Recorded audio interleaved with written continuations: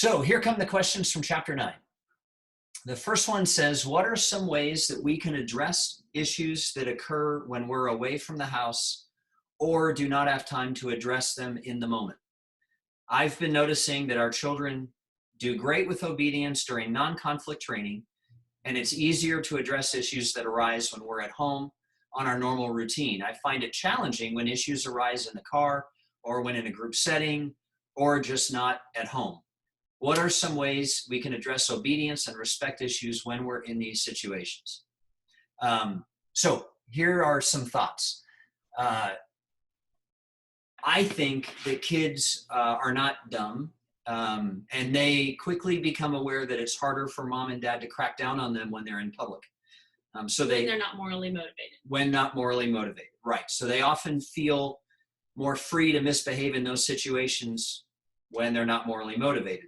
So setting a standard is important. For example, if you're at the grocery store and your child is throwing a fit, you may need to leave your groceries with an attendant in storage somewhere and take your child home and address the attitude and address the behavioral issues. Although that's a significant inconvenience, there's a plus side. The plus side is that you won't have to do it often, because once you set that standard with your child, they're going to know that mom and dad are serious and that I can't get away with these things just in these public situations. But I know you wanted to add about when you're home, how you used to address things with our girls. I was actually out of the home, but yeah, I would say if you've already trained this and it's been something you guys have been doing for a while and it's still a problem outside the house, then you want to make sure, number one, that you're going back to this being focused on again at home, because we had to revisit things. You know, we thought they had it, maybe they enjoyed it for a while and then they start disobeying again, or they lowered the standard in different aspects of obedience. Like maybe they're obeying, but they're complaining the whole time. Well, then I realized, okay, we got to go back to this. This really is the core area of training, because if this one's not down, nothing else really matters. Because if they won't obey you the right way, and I don't mean just do what you say, do it without complaining and arguing and all that other stuff that we talked about. But so what I did practically is, once I trained them, and I would even revisit this if it became a problem again, is I would plan emotionally that I needed to go to the store, the park, and usually I have a play date scheduled where I knew we were probably leaving. And if you prepare for that emotionally, you can be okay with it. So for example, after we taught first time obedience the first time, and it had been about a week of practicing at home, I knew the real test was coming. Let's take them out of the house. So I knew I had to deal with it immediately. Mm-hmm. So I knew I might be going shopping twice, once with them because we tried it, didn't work well, and then I'd have to go back later. Now, how I handled that is what I would first, I would mentally schedule it, and I would mentally, what I mean by that is I'd emotionally be prepared that I'm probably not going to get the groceries. That way I don't freak out or get really mad. Mm-hmm. And then I would do pre-activity training before we left, because again, I'm talking younger kids here, okay? I'm not talking teens. We will talk about teens a little, but with a teen though, let's say you do have a teen and they are complaining, you would do the same thing. You do some pre-activity training before of just how to treat one another. But for the sake of most of you 12 and under, it's gonna be, hey, we're gonna really quickly role play. What does it look like when we obey mom or dad? And then you do that, and then you pray on the way to church, because these kids need help. They are full of energy and lack self-control, and so I wanted to, on the way to the store, yes, on the way to the store, I'd always pray, because until it became a habit, I wanted to teach them to depend on God. So we would pray real quick, God, please, I'd have them pray, and then I'd pray, please help them have self-control, help them trust me, because obedience always comes down to trust. And so we'd pray, and then we would go to the store, and the minute that they violated what we had just reviewed, I'd say, oh, I'm so sorry, we have to leave. Because if you don't set the standard really high, then what happens is they will push you every single time, because they're like, well, I got away with this last time at the store, and I got away with that. And so it's better to just nip it in the bud right away. And that's what I did, and it worked with all 3 of them. It seemed like each kid got to a point we had to leave the store. And then I would take it a little further. If I had to leave the store because of their behavior, they'd have to go home. And we're not going to get into repentance and all that stuff. That's coming. But for you, for now, you can just say, you know, you need to go sit for the amount of time I would have been at the store, because you wasted, you know, you stole my time, and you're going to sit and you're going to reflect for that amount of time. So if you were going to be at the store for an hour, you could say, you know, you're going to sit here on this chair for an hour because you chose to not trust me. And whatever children didn't disobey, then they can play and have free time. Then I would do the same thing with the park. This one's a huge one, because at the park, they're so emotionally invested in the activity that it's much harder than the store. Well, usually. And so I did the same thing. I would do pre-activity training. I'd pray with them, and I would say, guys, I'm just reminding you right now, I'm going to call your name. And if you do not come to me immediately at the park, stop what you're doing, come to me immediately and say, yes, Mom, we're leaving. Just not as a threat. Actually, you don't even have to say leaving. You can just say, I'm going to be calling you. Yeah, I probably wouldn't say leaving, because then you're almost threatening. And then I would go to the park and I would give them a few, 10 minutes, and I would call them. And with each kid at a certain point, we had to leave. But I only had to do it once. Mm-hmm. So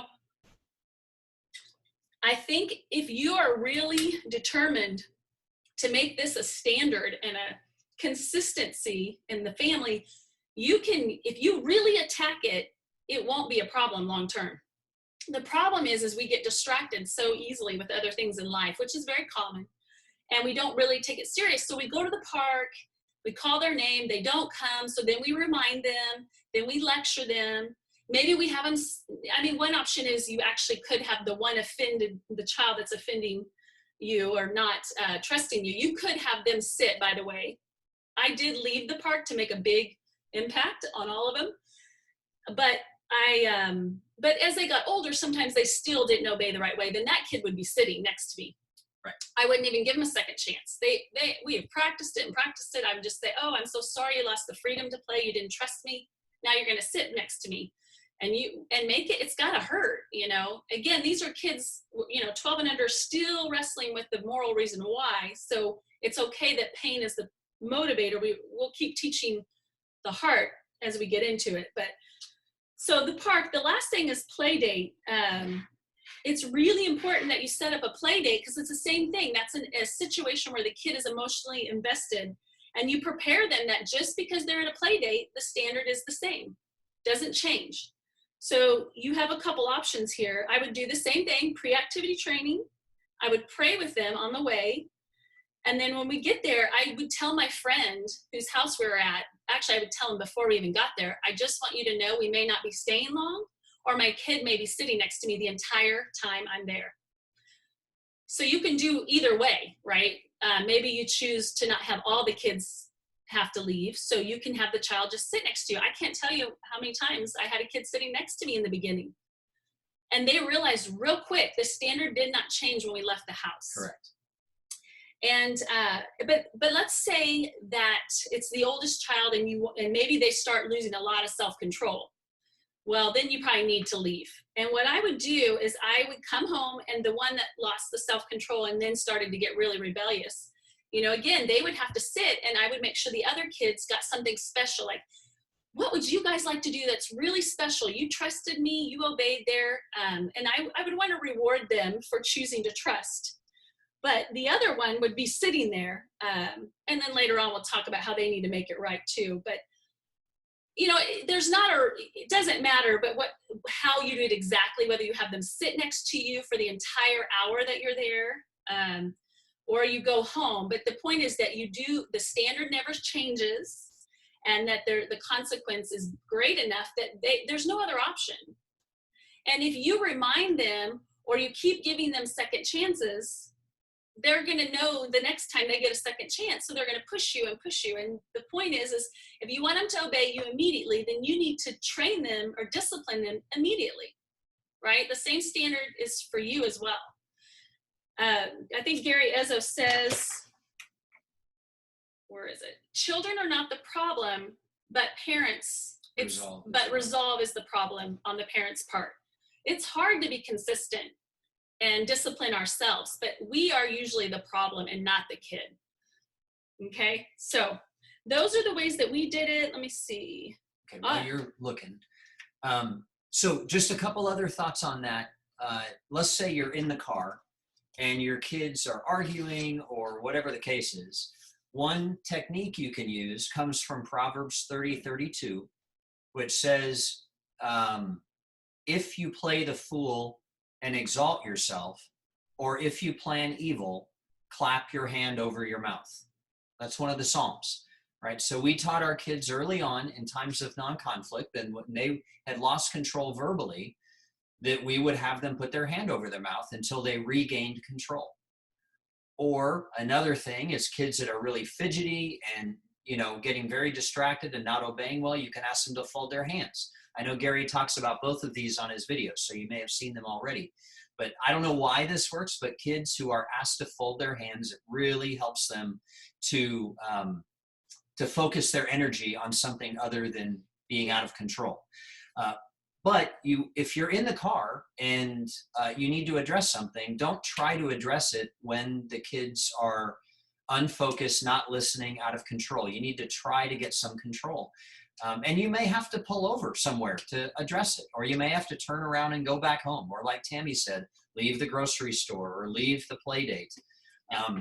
But I just want to reassure you that the amount of times you will have to do that kind of extreme measure is pretty limited. Yeah. Because kids are not dumb, and that hurts. That's a very painful thing when they have to leave a play date because of their lack of behavior. Yeah.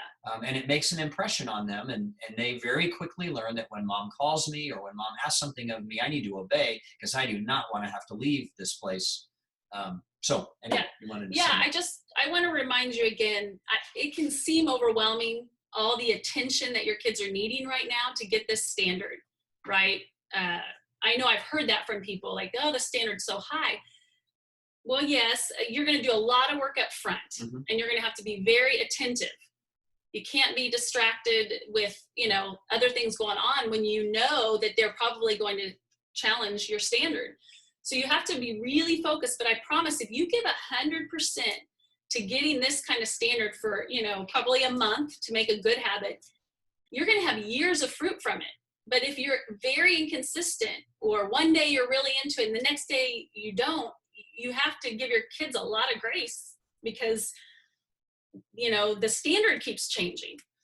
Now, if you're sick or something comes up, then you can just say to them, you know what, I don't feel well today. And the way you're behaving is not the way we taught. And when I start feeling better, we're going to go back into training on this. There's times for that. When my mom died, Emily was 6, and I had to grieve and deal with that. And I knew I couldn't keep the standard that we had trained initially because I emotionally needed to survive at the time. So I gave myself months. I just made sure that they were fed and maybe dressed, because I needed to grieve. So there's context, but I knew I wasn't going to stay there. In fact, they became such monsters that when I was like, okay, I'm done grieving, time to deal with my children now. But you get the point. So consider context, but don't, have an excuse every week for being inconsistent. Right. So does that help? Okay. Question 2. What's the difference between rewards and bribes? There are also those kind of rewards that are given unexpectedly for good behavior. And how does recognition, such as giving stars on a chart, compliments, etc., work? So here, again, I know Gary covers this, so I don't want to be repetitive, but to try to help answer this question, the most simple answer is that rewards are used for teaching skills and bribes are used to try to get a right behavior. That's the single biggest difference. Okay? We may have shared this example in class, so I'll be brief, but when our oldest daughter, Emily, was young, we put her in rec soccer, and she had absolutely no interest whatsoever. In fact, like at that age, all the kids just follow the ball in one big mass, and all the kids would be on the other end of the field, and at the far end would be Emily in a full-on with hand motions, conversation with an invisible friend. Zero interest in chasing the ball, zero interest in competition. So we tried to incentivize her by talking about being a teammate and helping out. And we even offered to give her, I think it was like $1 for every time she would touch the ball Just touch during it. the game. Just touch Didn't it. even care which direction it went. So that not only did that not work, but not long after, she started to give us some real attitudes about soccer, etc.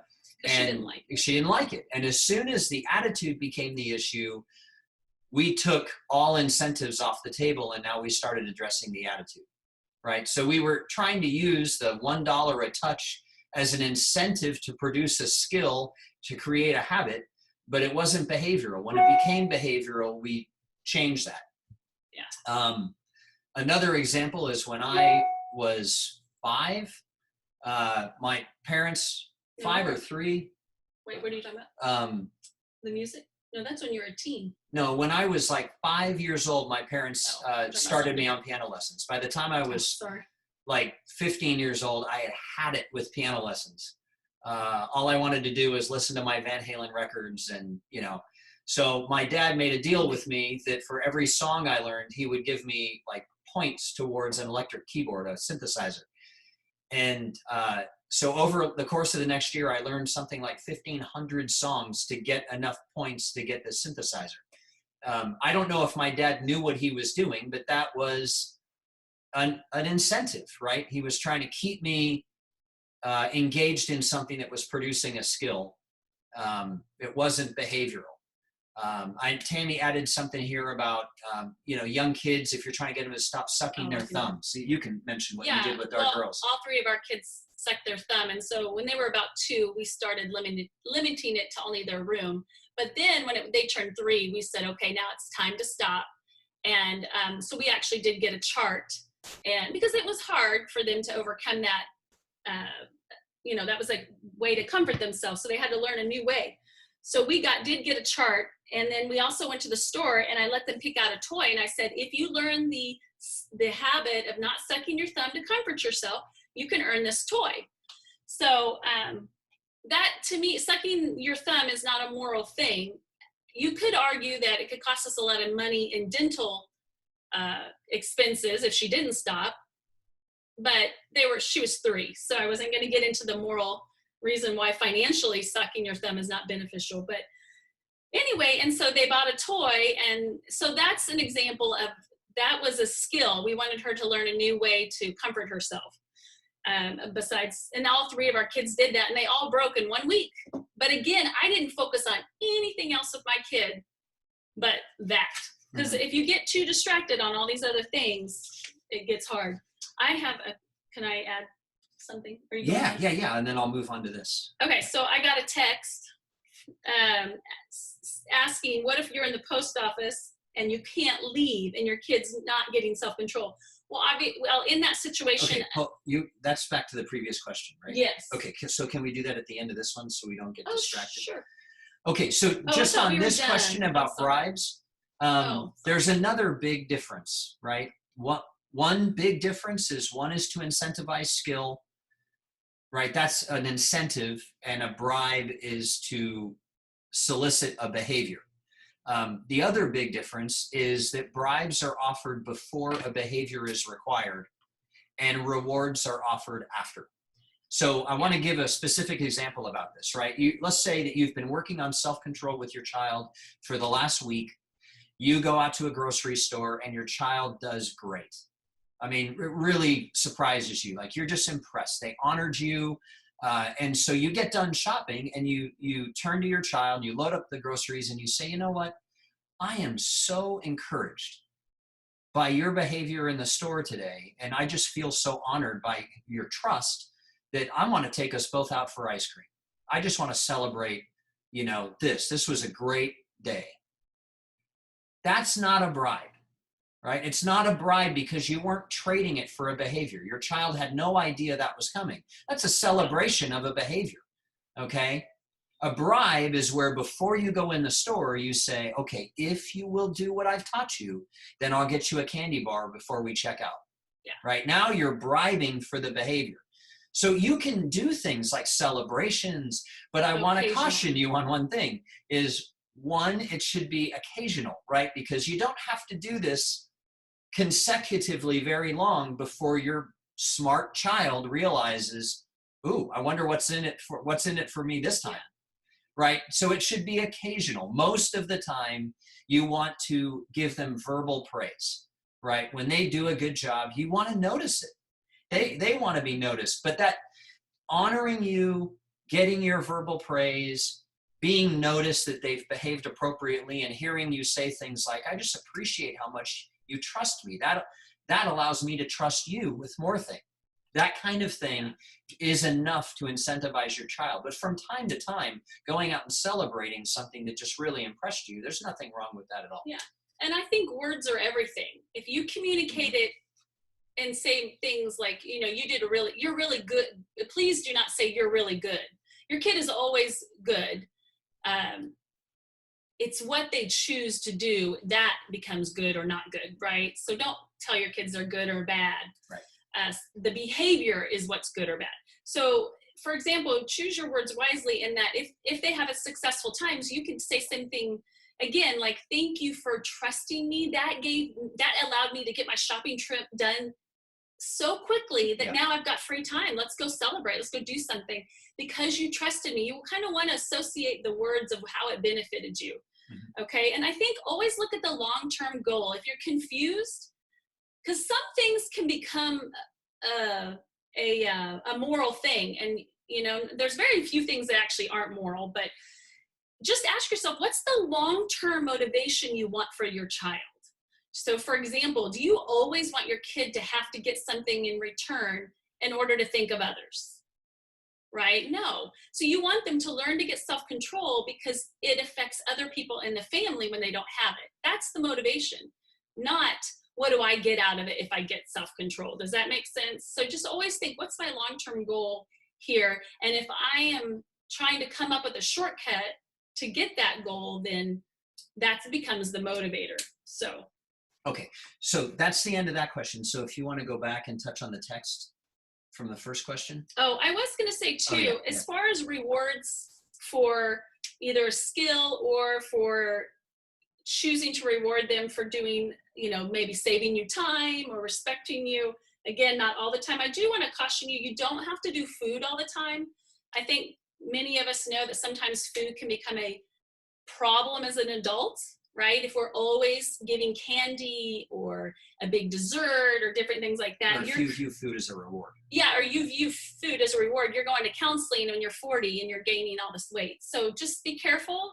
No, I'm just kidding. But a lot of my girlfriends, we realize, wow, we got all these rewards with food. So be careful. We don't have to use food. You can do things like we did. We chose a toy when they stopped sucking their thumb, or we might give them extra playtime, or they get to stay up a little bit later. Something that they'd be excited about. It doesn't have to be food. It could be sugarless gum, right?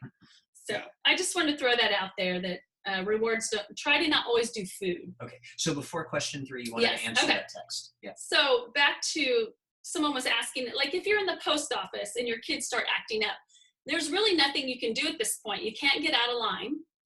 You can't physically do anything in public. Well, maybe in the state of Texas, but not in other states. I was actually at the library once.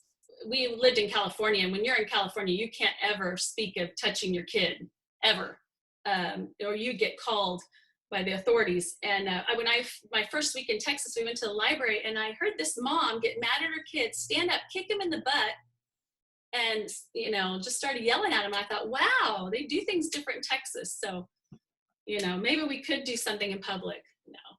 But anyway, her question is, what do you do? I think when we're in situations where you really don't have a choice, then you have to, maybe you don't have to tell them you're doing it for this reason, but maybe you do give them your phone or you give them something to distract them, but it needs to be a warning to you.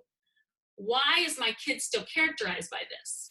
And pray for wisdom, get advice. There's a breakdown because your kid, now depending on the age too, why are they morally not motivated to consider you? Why don't they care about the preciousness of their siblings? Why are they only thinking about what their desire at the moment? And so again, I kind of have to know more information. Well, you did give me the ages. Okay, well, for those ages, they were 3, 4, and 6. Okay, they're still pretty young and they're not morally or relationally motivated. So in that case, that would tell me we need to go home and do lots of self-control sit time training. We need to do first time obedience training, and we need to do training where we leave the house, we practice it, they mess up, we go. Or we go to a friend's house and those 3 little ones are sitting the whole hour. And the big ones, because they care about others, get to play. Does that make sense? So when my kids would act up, don't be mad at the kids. Let it show you that there's something that's missing. If you're, so that's my advice is train when you get home. I mean, I wouldn't break out the candy bars at the post office. Here, have candy, be quiet.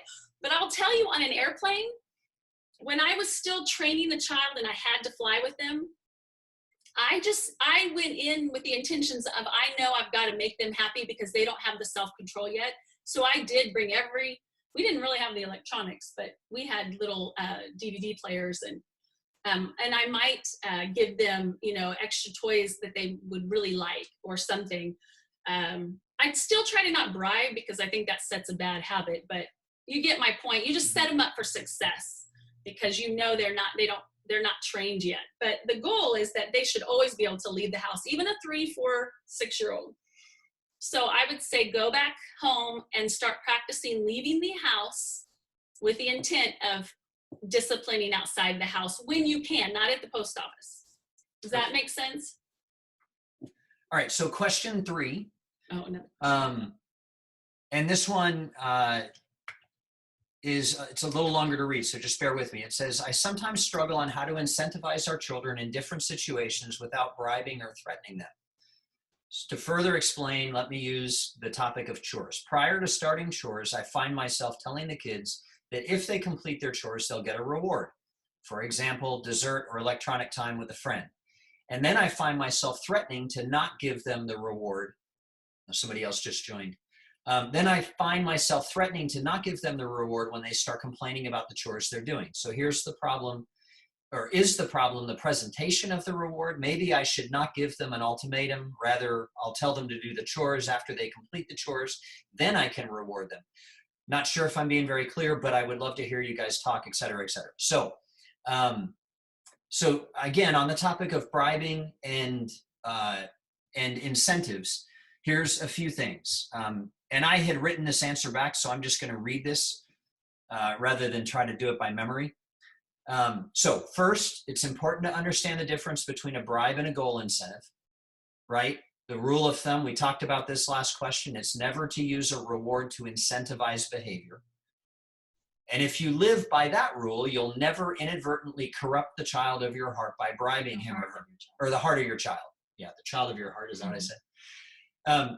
So now, having said that, it's okay to use rewards to teach skills. So as for chores, the first thing to do is to help your kids understand that they're part of a family and everyone needs to participate.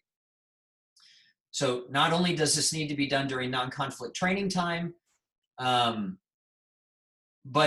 you may be required to prove it at some point. For example, one evening when the kids come in for dinner, don't have dinner made. And when they ask where their dinner is, just say, I didn't feel like making it. And it won't take too long for your kids to see that if one family member doesn't chip in, then the whole family suffers, right? Making them make their own dinner, whatever the case is, it doesn't take too long to realize that we all have to chip in. Secondly, if a child doesn't do his or her chore, then you don't need to threaten or repeat, but life for them needs to come to a stop until they've done their chore. So if their siblings are playing, then the child who didn't complete the chore doesn't get to play until they have completed the chore, even if that takes until tomorrow. In the next class, we're going to discuss how to get to the heart of your child and how to correct and punish them. But just for now, I would simply say that until the child does their chores, they don't have the freedom to go anywhere else or do anything else. They must, that may mean that they sit in a chair for an hour or two with no freedom or to do anything but have their hands folded.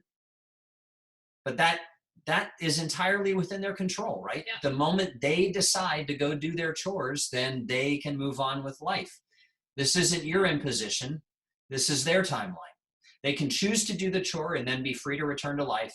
Instead of asking the kids if the chore is done, you can say, well, do you have the freedom to play right now? And teach them in times of non-conflict that they do the most important thing, serving the family before they get to entertain themselves. That's key. You should say that again. Okay, so teach the children in non-conflict that they need to do the most important things, like serving the family or their schoolwork, or other responsibilities before entertaining themselves. And we also use charts so that our kids can show us the things they've checked off. We've probably got one somewhere here. They but still use them. Our kids are Not homeschooled, and so they have a chart of things that they have to do every single day, and they need to come and show it to us before they're allowed to go on to free time, etc.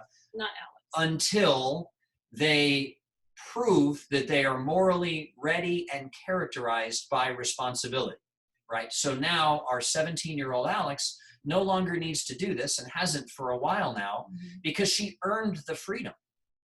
Now, does that mean she never messes up? No, but she's characterized. For example, 80% or so of the time, she's characterized by making right choices. And so she's earned that freedom. Now, if she became characterized by not putting family first, not putting schoolwork first, not doing the things she's responsible for, then she would lose the freedom. And she'd have to go back to showing us a clipboard with check marks on it before we would allow her the permission to move on and do something else. Okay? And can I say? Yeah, absolutely. And I don't know if you guys remember in the class where we talked about child-centered parenting, and I talked about how it's important that the chores are not just about the child. This is just want to remind you that the whole goal is that your kids understand that every member in the family is important to one another. And one way to do that is by everybody participates in serving one another. If you only have the kid serve himself, he only does his laundry, he only does his room, he only does his bathroom, whatever, then you're communicating you don't really need him, which is not true. We need him. I mean, that's our society today. The truth is we don't need our kids to go do things to survive like we used to.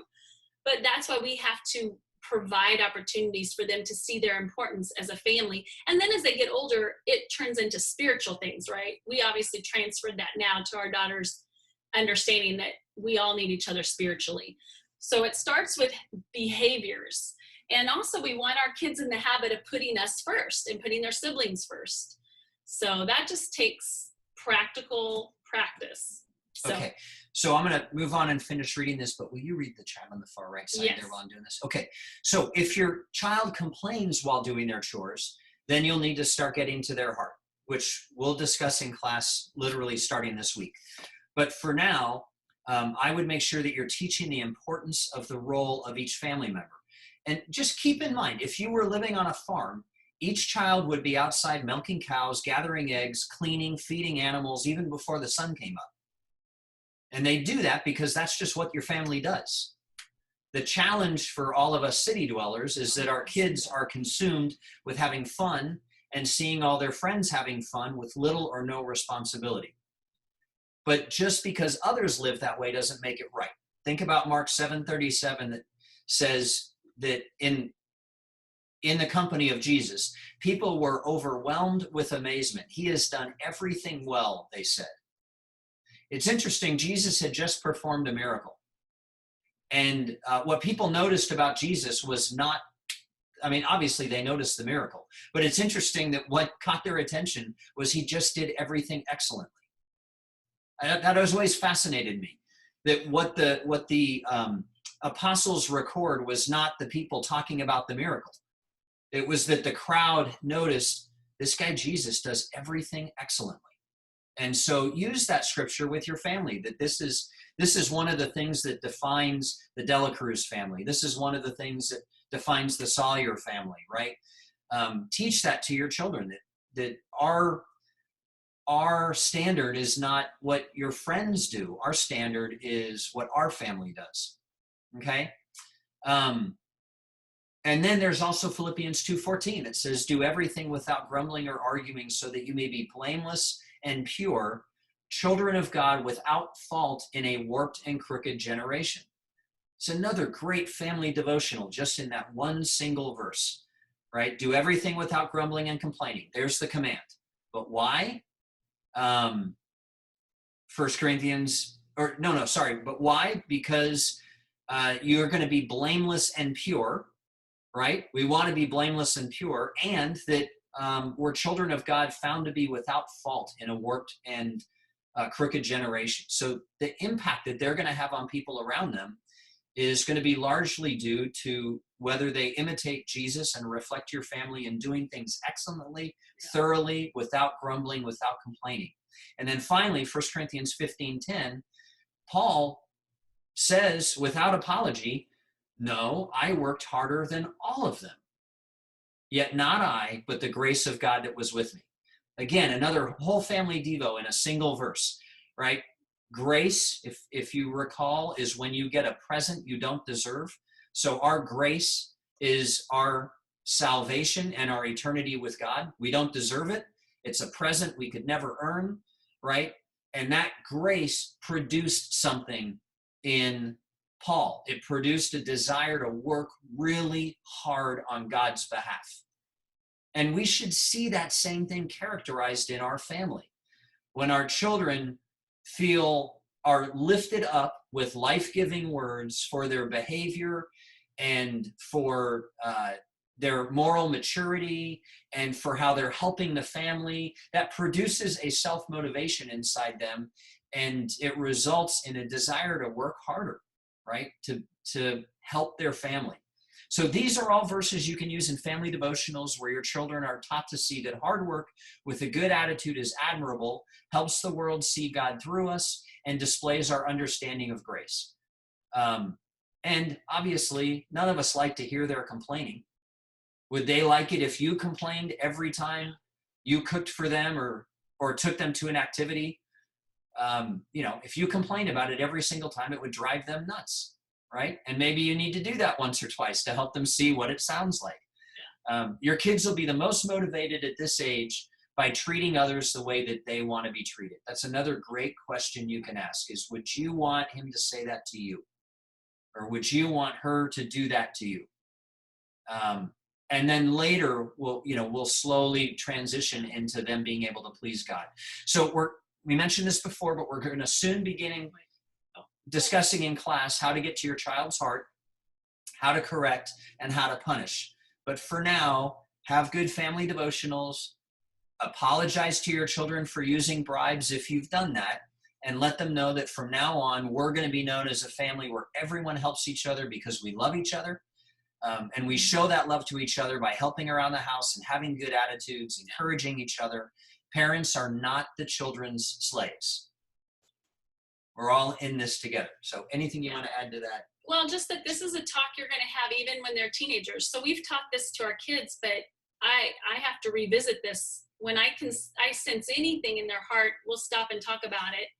And then I just remind them again of us being a team and why it's important. So I just want you to know that even if you do a great job right now and your kids become characterized for a few years with it, it'll come back up again. I mean, Satan's always tempting them anyway, and their own desires will come up. And also just being busy and distracted, the kids get busy with life. So I just don't want you to be shocked one day when this comes up again, because it will again over and again. And over yeah. and over again. Yeah. And just like it does for Dave and I with our obedience to God, it's really no different. So we got a question, and I just wanted to touch on it. Yes. Go. So Eric said their 10-year-olds, they have a son that's 10 years old. Well, I guess I'm assuming it's a son. Is it a son? Do you have a son? Where is he? Top right. Oh, there you are. He's a boy. Logan is a boy. Thanks for asking. I thought he was, but I wasn't sure. Okay, sometimes we have trouble determining the difference between real disobedience and forgetting with ADHD. We want to discipline for disobedience and have grace for ADHD. Absolutely. So I think with high energy children or children with any type of learning disability, this is why it's so important that you do a lot of training at home, and maybe even more, like self-control sit time. I don't know if you guys saw that on our video. and we uploaded a a PDF on it, it doesn't matter if they're 10. In fact, I was diagnosed with ADD as a baby. Sorry, I meant as a child. I was 11. And I don't know if I really had it. I think my parents got divorced and I was going through a lot and I was high energy. So I think I honestly didn't know how to deal with my energy. And, but either way, what helped me was I learned self-control and as a disciple. And then even taking the parenting class, I even learned it more and more that I didn't have self-control when people would be talking to me. I would be distracted. My mind was wandering all the time. And I still sometimes do that. I'm not really paying attention. So I've had to learn how to be attentive. So it's something that I had to discipline myself. I had to learn how to take captive my thoughts. So with high energy children or special situations, that just means they need even more time to work on how to get self-control, how to take deep breaths. That's why it's really important. You're asking, how do you know when they're disobeying? You got to find out, did they even hear you? And that's why the steps that we go through are really important. So for example, you say especially a child with ADHD, you say their name and you do nothing. And when they come to you, you know for a fact that they're there to hear you. And then even though they're standing there, they should be making eye contact. If they're not making eye contact, then you stop talking and you just wait. Because, well, chances are they're not listening. And even a kid who's prideful and is like, oh, I'm listening, and maybe they're smart and they can just rattle off everything you said to prove you wrong, doesn't matter. It's not a courtesy. It's not polite to be looking all around when someone's talking to you. So that, we want them to. Yeah, it's part of learning self-control. If you were in your boss's office, if you were a phenomenal listener and nothing escaped you, and you're sitting in your boss's office where your boss is giving you some direction, you would not be letting your eyes wander all over the place, because you know as an adult that is a demonstration of disrespect. And even though you know that you're hearing everything, you still look them in the eyes, right? So you're going to teach this to your child. So go ahead. So for your son, it's really important that you got the yes, dad, and then that he's making eye contact and maybe even folding his hands just to control the energy. And even you might, and if you even feel he's having a hard time being attentive, because that's the word you want to use, by the way, is you can even ask him, are you ready? Are you being attentive? Are you ready to hear my words? It's going to take a little more time in your instructions. And then if he says yes, then you give him the information, and I would always make him repeat it back until he's characterized by obeying. So you can say something like, what did you hear me saying? And then he should repeat it back. And I do that all the time with Dave, because again, I get distracted easily with my thoughts. And so I'll say, okay, Dave, he doesn't ask me, thank you. Mm-hmm. But I'll just say, okay, let me tell you what I heard you say and make sure I understood you, because I was distracted with the kids or other things going on. So even as an adult, you can do that. So have him repeat his instruction. And then if it's something that he's not doing immediately, say it's some instruction for later in the day, it's really important. He has like a to-do list or a chart that he writes it down, because you can't expect him to probably remember it. So I have a daughter that forgets a lot, and so she has to write it down. And what I've been training her on is you always go back to that list to guide you, because if she goes by her emotions and her desires, she'll never get what she's supposed to get done.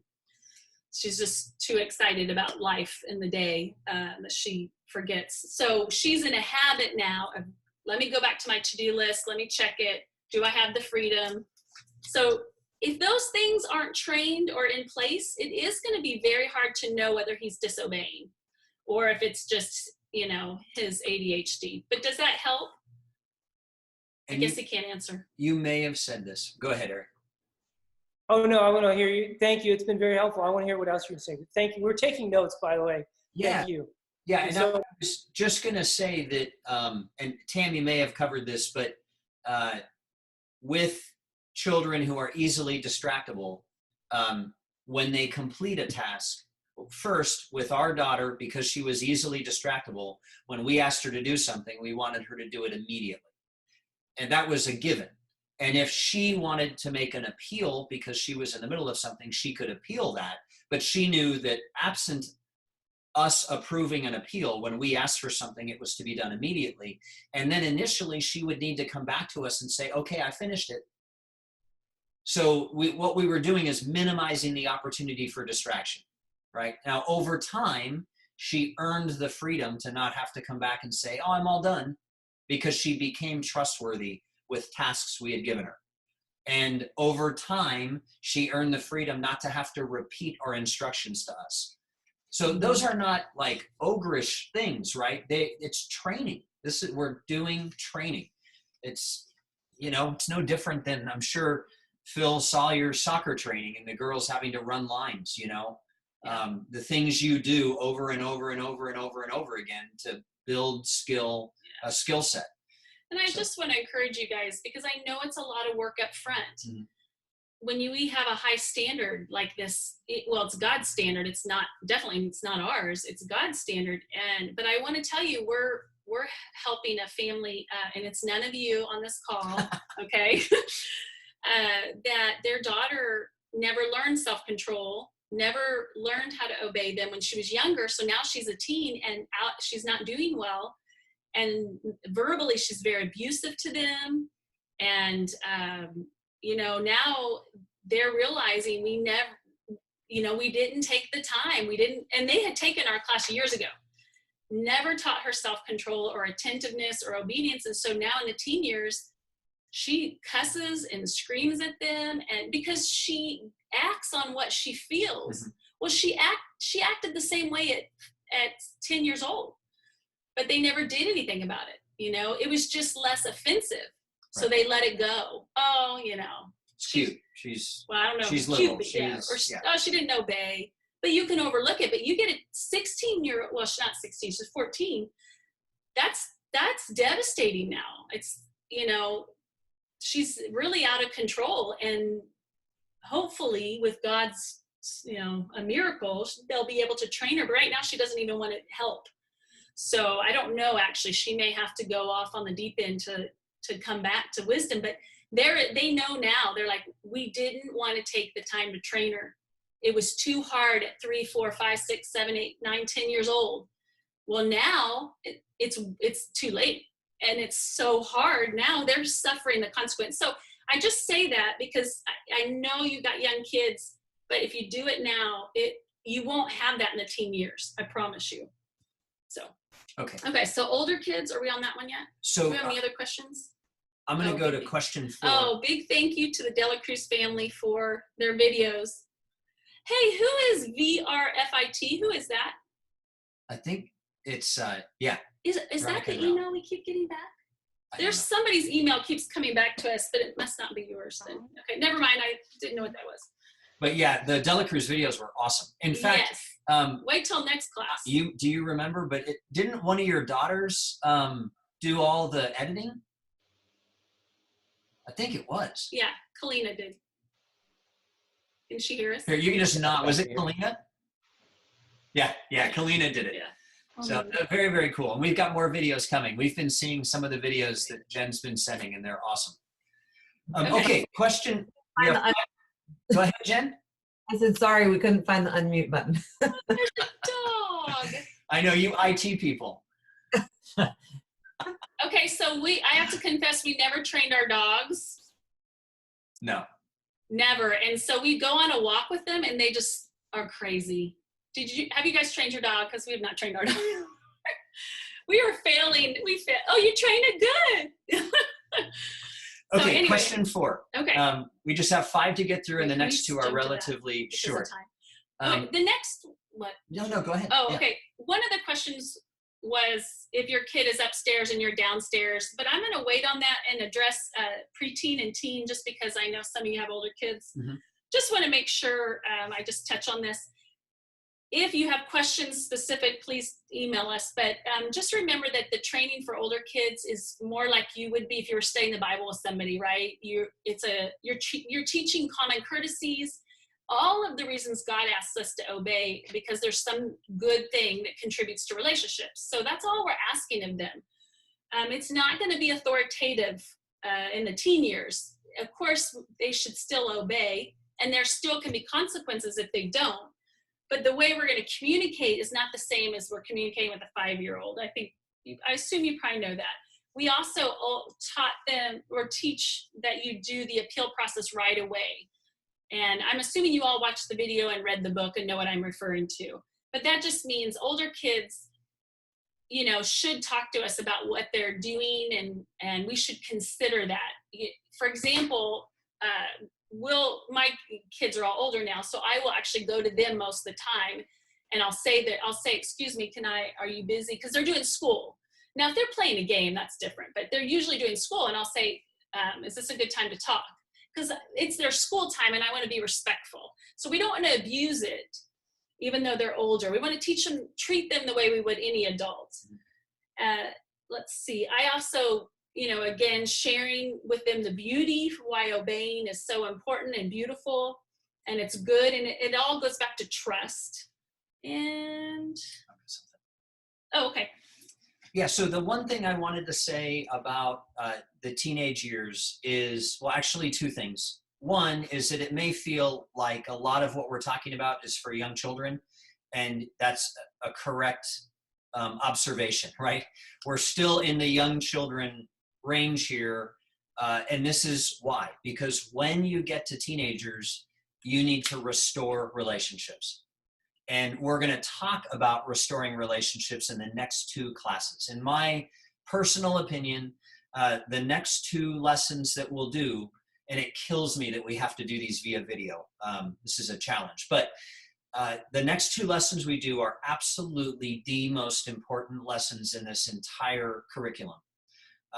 And that is, you know, how to appropriately correct and punish, and then how to achieve repentance, forgiveness, and restoration. It's all 3 of those things, right? Getting someone to repent, being forgiven and offering forgiveness, and then restoring a relationship to a whole and healed state. That is where we're going to do a lot of focus that will help out in the teens. So if you've got teenagers and you're feeling like, okay, this blanket time stuff is great, but that doesn't really apply to me, just hang in there. We're not avoiding you or skipping you, but we need to get 2 more lessons in to really get into that material where we talk about how to do those things. Because at that point, now you've got all these little foxes. With teenagers, it's relational and fellowship damage that needs to be restored. And so we will address that. We'll address it at length. So just bear with us another week. Okay, so anything you want to do on that before we do the last question? Nope. Okay. Is that good? Last question. What if my child is upstairs and I'm downstairs? Do they have to come all the way down to me? Okay. You want me to go? Well, yes. Well, yes. We'll get more Yes, we'll get more info. But remember that what we're talking about here is implementing a new skill set, right? What does obedience look like in our house? If your boss was in an adjacent office and said, hey, Tammy, unless they had an extremely common relationship, Tammy probably wouldn't yell from her office, what? She would probably get up, maybe even if she was a little bit annoyed, go to the next office and say, yeah, what can I do for you? Because of this hierarchy, right? We're implementing a new skill set. So when we call our children, one, we need to be calling them when we need them, not just, you know, to make it easy on us, right? If you're watching television and you call your child to go get your drink out of your iced tea out of the refrigerator, that's not very cool, right? They're going to feel abused, right? So be respectful as the parent, but when you call them, yes, they need to come to you. Well, what about if they're in the restroom? Right? Well, that would be an appropriate time where they could say, Mom, I'm in the restroom. I'll be right there. They're still honoring what we've taught them, right? They're still showing honor. They're not saying, what? Or not now, or whatever, right? And when you realize they're in the restroom, you might decide to go to the restroom door and say, I'm sorry, I didn't realize you were in the restroom. When you are done, can you blank, blank, blank, or whatever the case is, right? The instruction you're going to give. That's relational. You'll know what to do in the moment. But yes, you want the child to obey. You want to continue Sure. with that? Well, so again, depending on the age of your child, if they're older, then right away you could just teach them that, hey, this is the common courtesy in our house is if you have an upstairs and you have preteens and teens, you can say, hey, all I ask of you is that you come to the top of the stairs, I'll be at the bottom of the stairs, and you make eye contact and you say, yes, mom. Okay. But with young children, that can get confusing and be a freedom they have to earn. So I would say with young children, in the beginning, you just go up the stairs at first, maybe call them at the end of the hallway just to have them practice stopping what they're doing and coming to you. Because the goal is teaching younger kids, and well, maybe even older, but is to get self-control and to do what's right despite what they feel. That's the goal.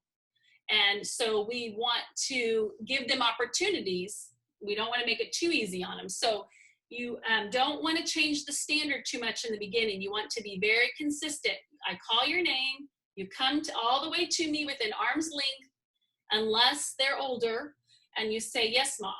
And they need to be making eye contact. They need to receive the instructions, repeat it maybe not, depending on the age. And then they need to go do it immediately. Now, if maybe they're doing well, and you have an upstairs, so you want to go ahead now and you want to give them the privilege of being able to just stand at the top of the stairs. That's fine. It's your call. But if you do it too early and there's no habit, then there's going to be other areas where they're going to lower that standard. Right. You know, maybe they don't say, yes, mom. They'll just be like, yeah, you know, they'll say it kind of nice. So you're like, well, they were nice. They said, yeah, but that's not what you taught them. You didn't teach them. Yeah.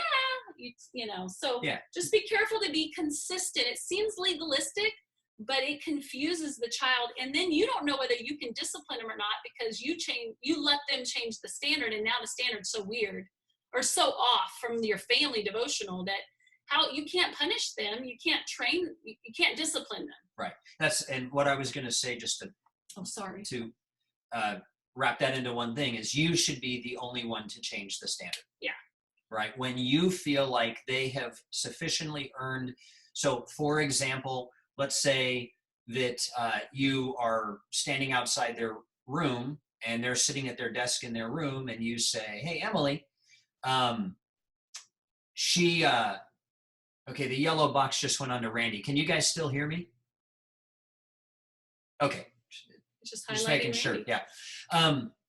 Okay. So you may elect, because they have now been characterized by showing honor, being obedient, you may say that, you know, hey, if I'm at the door to your room, you are welcome to stay at your desk and, you know, just make eye contact with you. I mean, you can change the standard when you feel like that's appropriate based on their moral maturity, but don't let them change the standard on you. You're not really changing it. You're kind of expanding on it. You're giving them more freedom, more privileges, like standing at the top of the stairs. Or, well, yeah, I guess that's my only example. Or if you had an intercom system, you could say that they could just respond on the intercom system. So a lot of these things might come up, and I think, pray for wisdom. And then if you can't kind of figure it out, I mean, you're always welcome to text us or somebody else that's done a good job at training the standard. And then the appeal process, again, that's not an opportunity for them to argue with you. And that will happen. And so you have to, draw them out about why you're having the discussion. The appeal process is to give new information. For example, I tell them they need to go get ready for bed. And then Dave had just told them, hey, I want you to go to the garage and organize it. So they should say, hey, yes, mom, I'll go get ready for bed. However, I wanted to let you know, dad just asked me to go clean the garage. Which would you prefer I do? That's the option they have. And they need to word it that way. And we would practice how to word it, because they couldn't say something like, well, dad just told me to go to the garage. And, that's not beautiful. So again, it's all about how they're going to be as adults. Yeah. So. Okay. So those are the questions we wanted to get through tonight.